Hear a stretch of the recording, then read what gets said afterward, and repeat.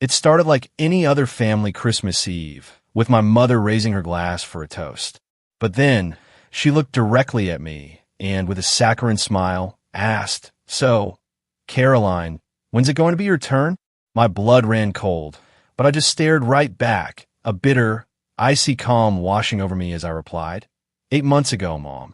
And you were invited." The air in the Montgomery estate usually smells of pine and cinnamon this time of year. But that night, it reeked of formaldehyde, cold, sterile, and utterly dead. I stood in the living room, my fingers gripping a cream-colored gift box, the silk ribbon digging into my skin. Inside, nestled on a bed of tissue paper, was a lifetime VIP membership to Last Chance Love, an app, I kid you not, explicitly marketed to desperate singles over 30. And underneath that, a hardcover book with raised gold lettering. How to Find Happiness When You Die Alone. Behind me, a roaring fire danced in the marble fireplace, casting flickering shadows. Outside, thick, silent sheets of snow blanketed the manicured grounds. But the true cold was right there in that room, radiating from my own family. Bella's giggle cut through the silence. High and sharp, it echoed off the vaulted ceiling like breaking glass. "I saw it on TikTok," my sister chirped, her voice dripping with false sweetness. The reviews were amazing.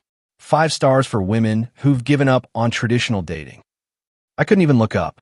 My gaze was glued to that horrible pink app card, the cartoon illustration of a wilting flower that was supposed to represent women like me. Women who'd supposedly expired. "Take it, dear." My mother's voice sliced through the tension. Trinity Montgomery sat perched on the ivory settee, her posture so rigid she looked carved from the same marble as the fireplace. "Bella's just worried about your future, Caroline. Don't let your ego turn you into a spinster forever." My father said nothing.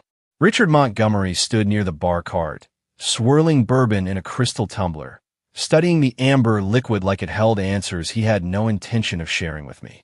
His business partner, Harrison Sterling, shifted uncomfortably in the leather armchair beside him. Preston Sterling, Bella's fiancé, suddenly became intensely fascinated by his phone. I closed the box slowly. My hands didn't shake, but something inside my chest felt like it was cracking open. 8 months. It had been 8 months since I sent those invitations. 3 evenings I'd spent at my dining table in Austin, selecting the perfect cardstock, tying velvet ribbons by hand. 300-gram weight, the kind that whispers quality when you hold it. Nate had watched me from the doorway, his arms crossed, his expression careful. "Are you sure you don't need to call them?" he'd asked. I'd smoothed another ribbon, my fingers working the silk into a perfect bow. "They're my parents," I'd said. "They wouldn't miss this." The memory sat in my throat like a stone. I delayed the ceremony for 30 minutes, just staring at those 2 empty chairs in the front row. Reserved for Dad, reserved for Mom.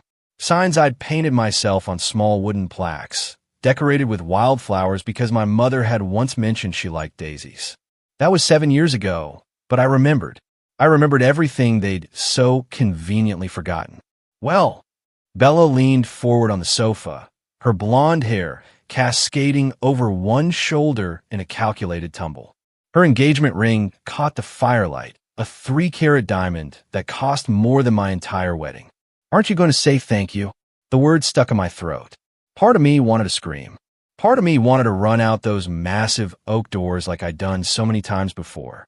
Drive back to the airport, fly home to Austin, where Nate was probably heating up leftover Thai food and wondering if I was okay. But I was so tired of running. Harrison Sterling cleared his throat. "Perhaps we should move on to dinner," he suggested, his voice carefully neutral. "I believe the caterers have everything ready in the dining room." Bella's smirk widened. She knew she'd won this round. She always did. Except this time, something inside me didn't break. It snapped. Not my heart, which had been breaking in this house since I was old enough to understand that some children are treasured and others are merely tolerated. No, what snapped was something harder. The chains I've been dragging around for 29 years. The ones labeled good daughter and second best, and maybe if you try harder. I looked up. My eyes met Bella's, and I watched her triumphant expression falter just slightly. There was something in my face she didn't recognize. Something cold, clean, and final. "Thank you, Bella," I said. My voice came out smooth, almost pleasant. "I'll keep this very carefully." I tucked the box under my arm, holding it against my ribs like evidence because that's exactly what it was. Trinity frowned. "Caroline, don't be dramatic. It's just a thoughtful gift." "Oh, I know." I smiled.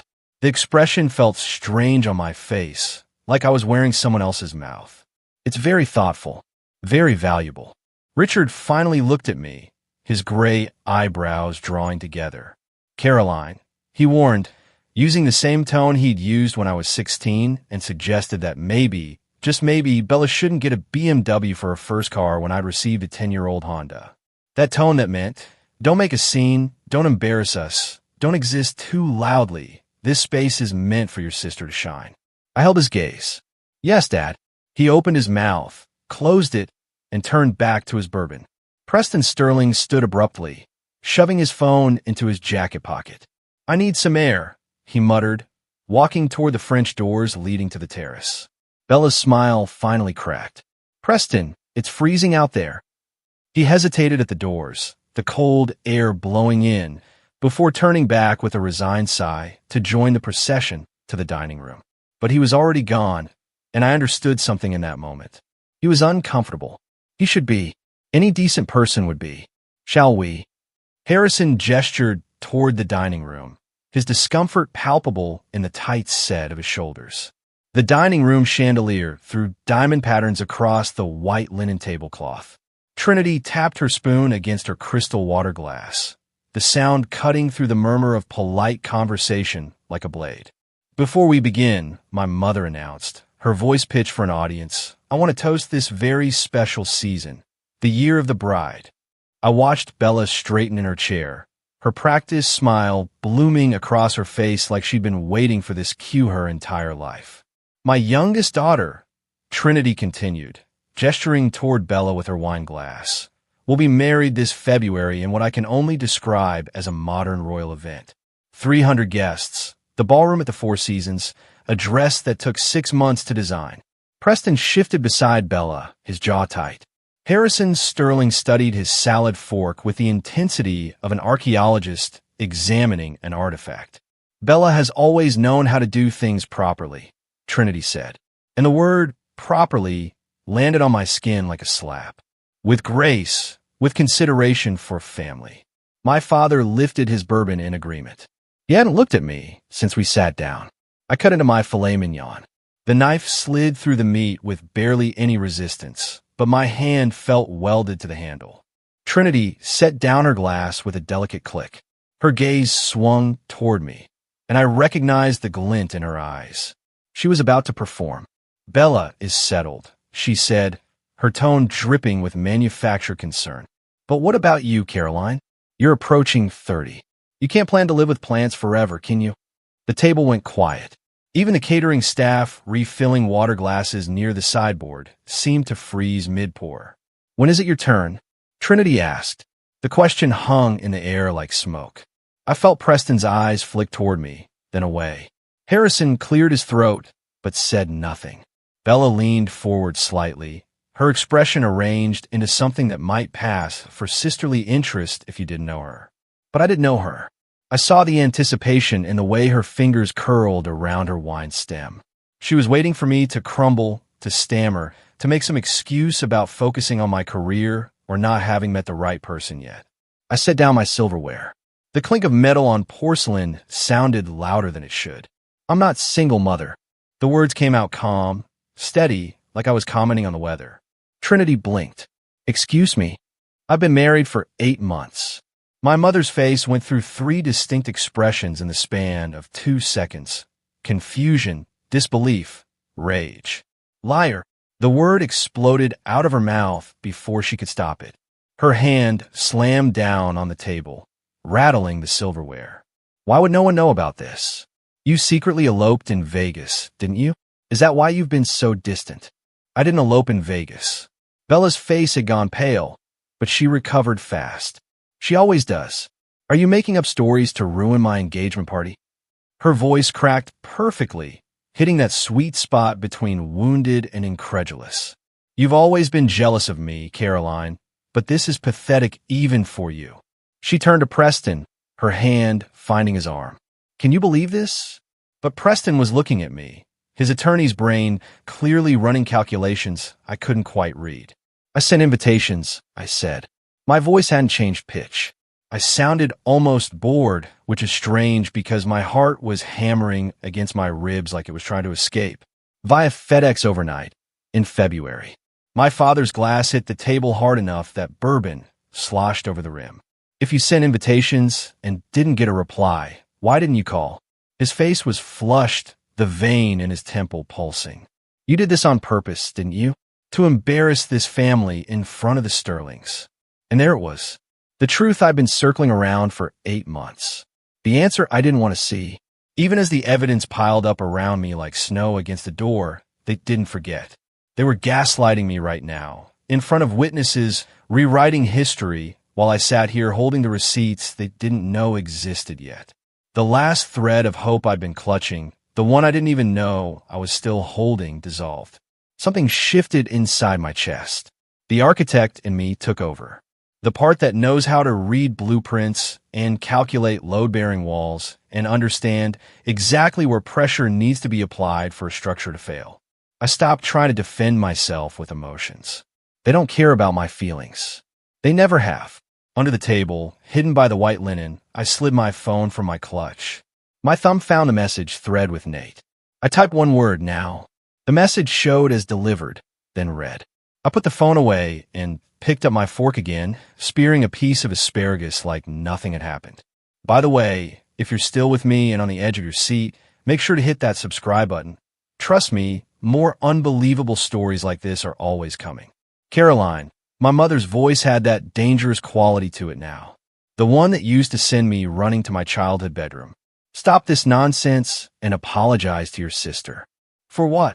I took a bite of asparagus. It tasted like absolutely nothing. "For getting married?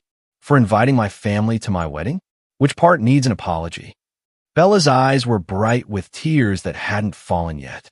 She's good at this, holding them right on the edge where they catch the light. "I can't believe you'd lie about something like this." "On Christmas Eve." "Christmas Eve," I repeated. "I'm not lying." "Then prove it," my father snapped. I met his eyes across the table. "Okay." Harrison Sterling shifted in his seat, clearly wishing he was anywhere else. Preston had gone very still beside Bella, his lawyer instincts finally catching up to whatever his gut had been telling him. The chandelier above us caught on my wedding band.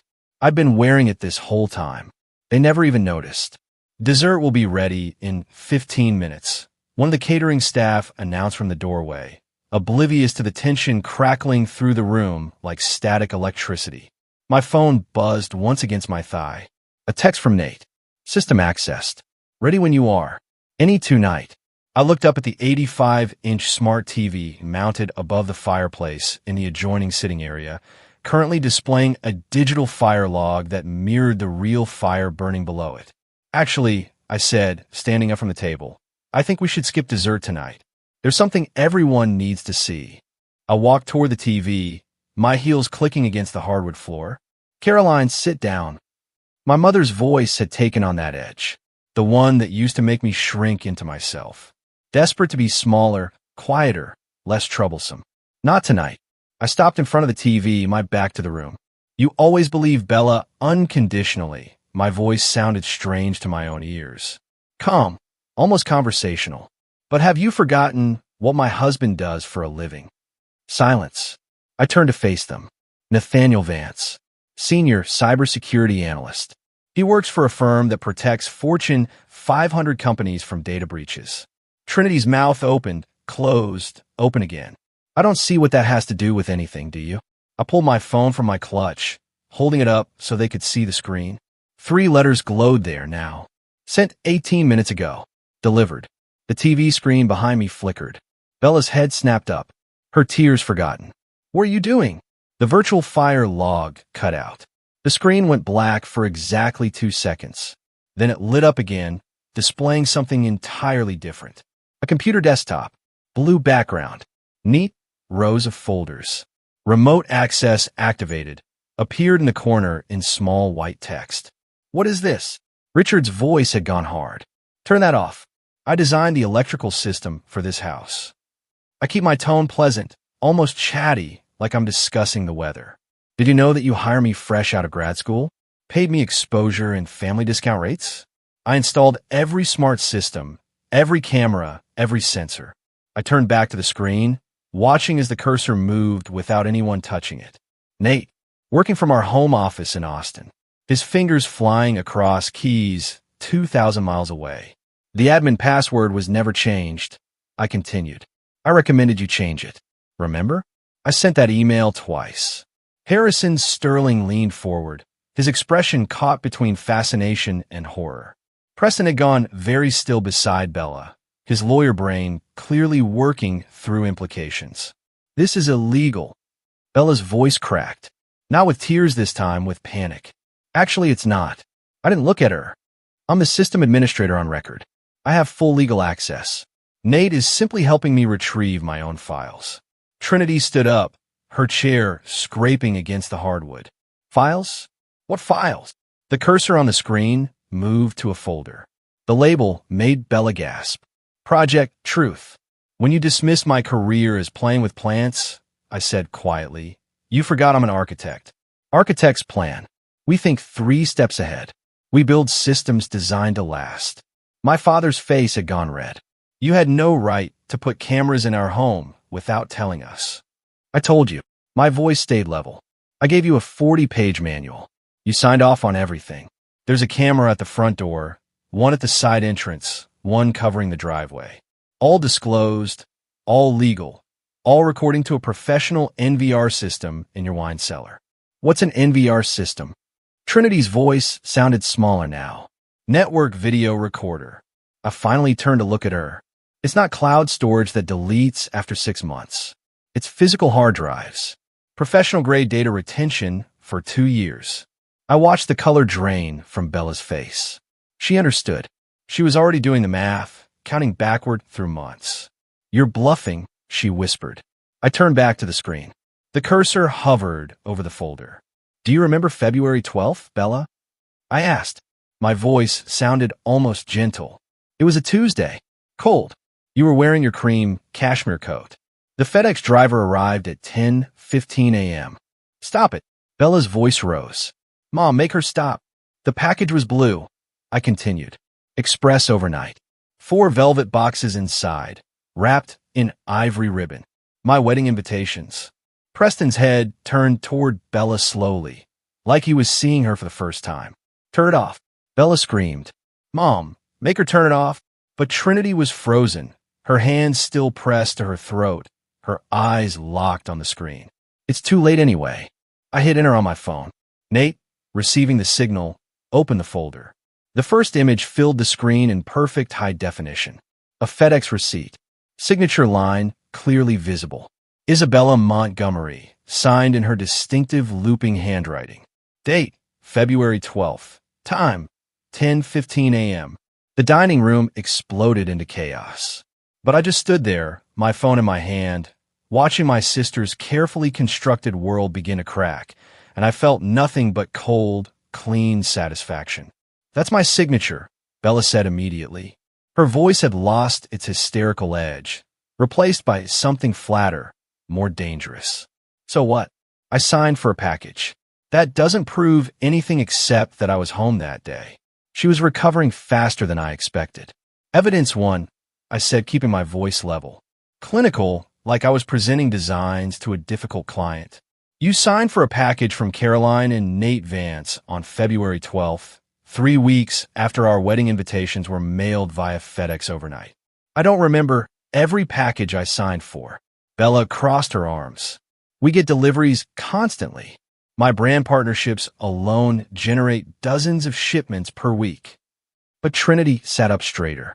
I could see her grasping at this explanation, wrapping her hands around it like a lifeline. That's true. Bella's business requires constant inventory management. She can't be expected to remember one random delivery from 8 months ago. Nate's cursor moved on the screen. The receipt disappeared, replaced by a screenshot of an email inbox. My mother's email inbox. Evidence 2, I said. The screen showed Trinity's Gmail account settings. Filters. There's a long list of them, sorting newsletters and promotional emails into various folders. But one filter sat at the top of the list, marked with a red flag icon. Rule name, wedding block, I read aloud. If subject contains wedding and Caroline, then delete permanently. Skip inbox. Do not archive. The creation date sat right there in gray text. February 14th, 2 days after the invitations were delivered. This filter was installed from an IP address that traces back to Bella's device, I continued. Her iPhone specifically, the same device she uses to manage her Instagram account. The silence that followed wasn't peaceful. It was the silence of a trap snapping shut. Trinity's face had gone pale. That's not possible. I never authorized anything like that. Of course you didn't. I met my mother's eyes. Bella has your password. She's had it for years. Remember when she set up your 2-factor authentication last Christmas? She told you it was for security. Preston stood up slowly from his chair. He was staring at Bella like he was seeing her for the first time. You hacked into your mother's email? I didn't hack anything. Bella's voice pitched higher. I have access because Mom asked me to help manage her correspondence. She gets overwhelmed by all the emails. I manage philanthropic contacts. Trinity sends weekly charity board communications. Harrison Sterling's voice cut through the room. He was still sitting in his chair, but his posture had changed. He was no longer the uncomfortable observer. He was engaged now, focused. Bella helped me organize them by deleting emails about your daughter's wedding. Bella stood abruptly. Her chair scraped against the hardwood floor. Fine. Yes, I hid the invitations, but I did it to protect Mom and Dad. The room froze. She's pivoting. I watched it happen in real time. The way her expression shifted from defensive to aggrieved. Her eyes filled with tears. Her voice shook, but not with fear. With righteous indignation. You sent those invitations last minute, she continued, voice trembling. For some shabby vineyard in Texas. Dad has high blood pressure. Mom worries constantly about image, about what people think. I saw that location you chose, Caroline. That rustic barn aesthetic. And I was afraid. Afraid they'd be humiliated. Afraid they'd spend the whole trip stressing about appearances. She wiped her eyes with the back of her hand. So yes, I hid them. I threw them away. I did it out of love. I was trying to protect our parents from embarrassment. Trinity inhaled sharply. I watched her expression shift. See her reaching for this new narrative like a drowning person grabbing driftwood. You were protecting us? Of course I was. Bella's voice cracked. Caroline always does things her own way, never considering how it reflects on the family. I couldn't let you suffer through some subpar wedding just because she refuses to maintain our standards. It was brilliant in a horrible way. She'd reframed herself from villain to hero in 30 seconds flat. The malicious act became a protective sacrifice. The lie became love. Preston's frown deepened. He wasn't buying it. I could see the doubt written across his face, the way his jaw tightened. But my parents are already softening, already finding the explanation they wanted to believe. I didn't panic. I didn't rage. I didn't give Bella the satisfaction of seeing me unravel.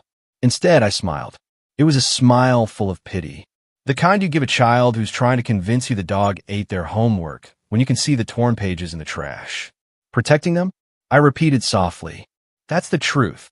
Bella lifted her chin. Then why? I said, each word deliberate. Did you throw the invitations in the recycling bin instead of hiding them in a drawer? Bella blinked. What? If you were protecting Mom and Dad, if you were worried about their feelings, you would have hidden the invitations somewhere safe, somewhere you could retrieve them later if needed. You would have preserved them carefully, just in case your plan went wrong. I gestured to the screen where Nate had already queued the next file. But you didn't do that, did you? Preston turned to look at Bella. Really? Look at her, did you? I was upset. Bella said quickly. I wasn't thinking clearly. That's interesting, I said, because the video footage suggests you were thinking very clearly. I nodded to the screen. Nate clicked play. The video quality was stunning. Crystal clear footage from the front door camera, the one mounted above the entrance with a perfect view of the porch and driveway. The timestamp read, February 12th, 10:14 a.m. The FedEx truck pulled into frame. The driver climbed out, carrying a blue package. He rang the doorbell. Bella appeared 30 seconds later. She was wearing yoga pants and a cropped hoodie, her hair in a high ponytail. She smiled at the driver, signed the tablet, accepted the package. The driver left. Bella looked down at the package. I watched her read the return address label, Caroline and Nate Vance. Her expression changed. The smile vanished. Something cold and sharp took its place. She doesn't look worried. She doesn't look protective. She looks furious. Bella glances around, checking if anyone's watching. Then she walks to the side of the house where the recycling bins sit behind a decorative lattice screen. She doesn't hesitate, doesn't pause, doesn't open the package to check the contents. She just hurls it into the bin like she's throwing out garbage. The 4 velvet boxes I'd wrapped so carefully probably crushed on impact. The invitations I'd lettered by hand, likely bent and creased. She doesn't look back, just wipes her hands on her pants and walks inside. The video ends. The dining room stays silent. Even the fire in the hearth seems to hold its breath. Preston's face had gone blank. Carefully, deliberately blank. The expression of someone watching their entire future collapse. There's your protection, I say quietly. There's your love. The dining room held its breath. I watched Preston's face cycle through expressions too fast to name. Confusion, realization, disgust.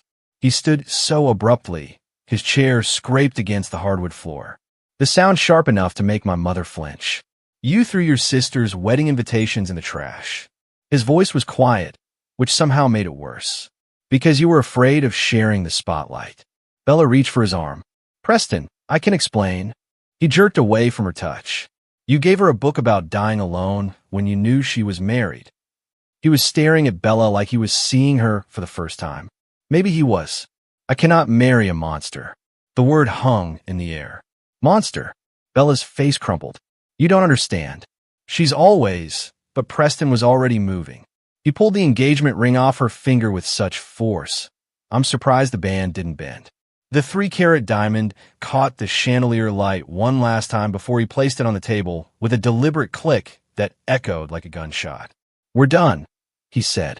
My mother surged to her feet. Preston, don't be hasty. Bella made a mistake. But surely, a mistake.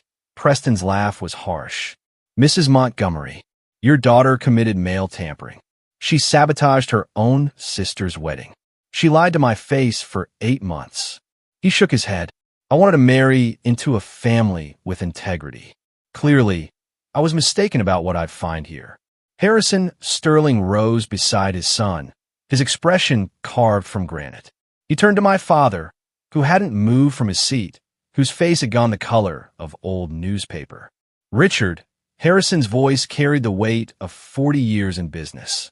I've always believed that a man who cannot manage his household cannot manage a business.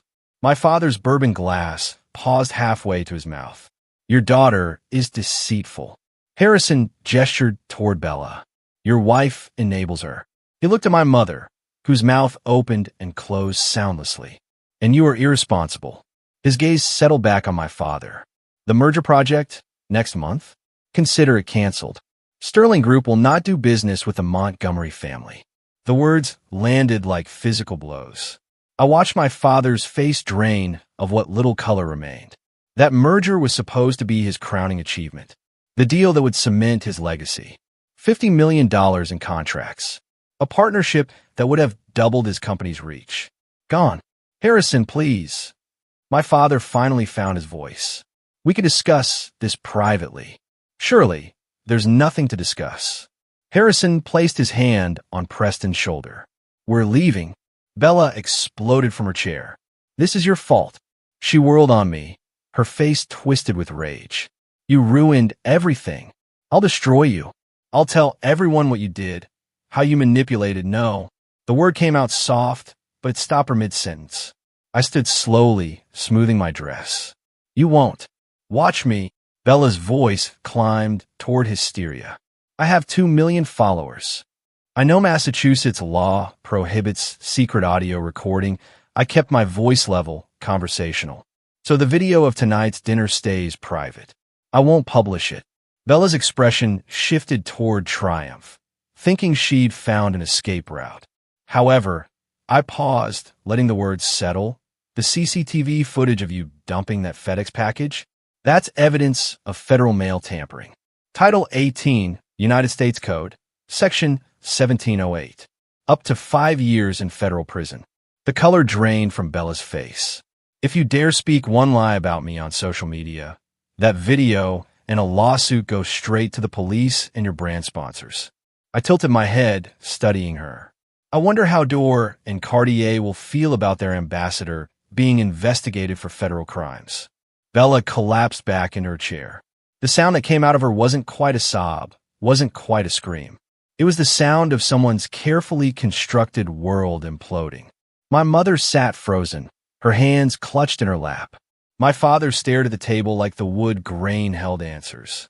I reached for the cream-colored gift box, the one containing that horrible app membership and that cruel book that I put on the table earlier. I picked it up with both hands and walked around the table. Bella flinched when I approached, like I might hit her. I placed the box directly in front of her, right next to Preston's abandoned engagement ring. "Keep it," I said. "You need it more than I do now." The words tasted like freedom. I turned toward the door. Harrison and Preston were already in the foyer, collecting their coats. As I passed Harrison, he gave me a single nod. Respect, maybe, or approval. It didn't matter which. Behind me, I heard my mother's voice. Thin and desperate. "Caroline, wait. We can fix this." "We can," but I was already walking through the foyer, past the marble staircase where Bella and I posed for Christmas photos as children, through the massive oak doors that closed behind me with a final definitive thud. The December air hit my face like cold water, clean, sharp. My Uber was waiting at the bottom of the circular drive, exhaust puffing white in the freezing air. I climbed into the back seat, and the driver glanced at me in the rearview mirror. "Logan Airport," I confirmed. As we pulled away, I allowed myself one look back at the Montgomery estate. Every window blazed with light, but from here it looked empty. A beautiful shell with nothing living inside. I pulled out my phone and video called Nate. His face filled the screen, and the knot in my chest finally began to unwind. His hair was messy, like he'd been running his hands through it. His eyes searched mine. "Is it done?" he asked. "It's done. Mom's heating up soup for you." His smile was soft, warm, everything that house wasn't. "Let's go home." Home. Not the place I was born, but the place where I'm loved. "Yeah," I said, and my voice only shook a little. "Let's go home." 3 days later, I was unpacking groceries in our Austin kitchen when the FedEx truck pulled up. Through the window, I watched the driver jog to the porch, scan a package, jog back. The box sat there on the welcome mat, square and flat. I knew what it was before I opened it. I could practically smell my father's desperation through the cardboard. Inside, a check for $50,000. The number seemed obscene, written in my father's careful architect's print. The note was brief, typed on his business letterhead, like this was just another transaction. "I'm sorry. Please stay silent about the contract." I stood there in my kitchen, holding $50,000, and I thought about the girl who would have cashed this check. The one who showed up on Christmas Eve still hoping. The one who saved their chairs at her wedding. She's gone. I tore the check in half. Then quarters. Then confetti. My phone was already in my hand. I arranged the pieces on the granite counter. Photographed them. Opened a family group chat. 3 people. "Mom, Dad." I typed. "I don't sell my silence. I'm gifting it to you for free as a parting gift. Do not contact me again." My thumb hovered over the send button for maybe 3 seconds. Then I pressed it. The message showed delivered. Then read. Someone started typing, stopped, started again. I didn't wait to see what they'd say. I scrolled to the top of the chat, tapped the settings icon, and found the words I've been looking for. Leave group. Are you sure? I've never been more sure of anything. Leave. New Year's Eve arrived, wrapped in Seattle rain and the comforting smell of Meredith's famous pot roast. Nate's family crowded into their living room, laughing, arguing about what movie to watch before the countdown. His sister stole the remote. His nephew spilled grape juice on the carpet. His mother hugged me tight, and I felt the weight of the sapphire brooch on her coat pressing against my shoulder. Real. Solid.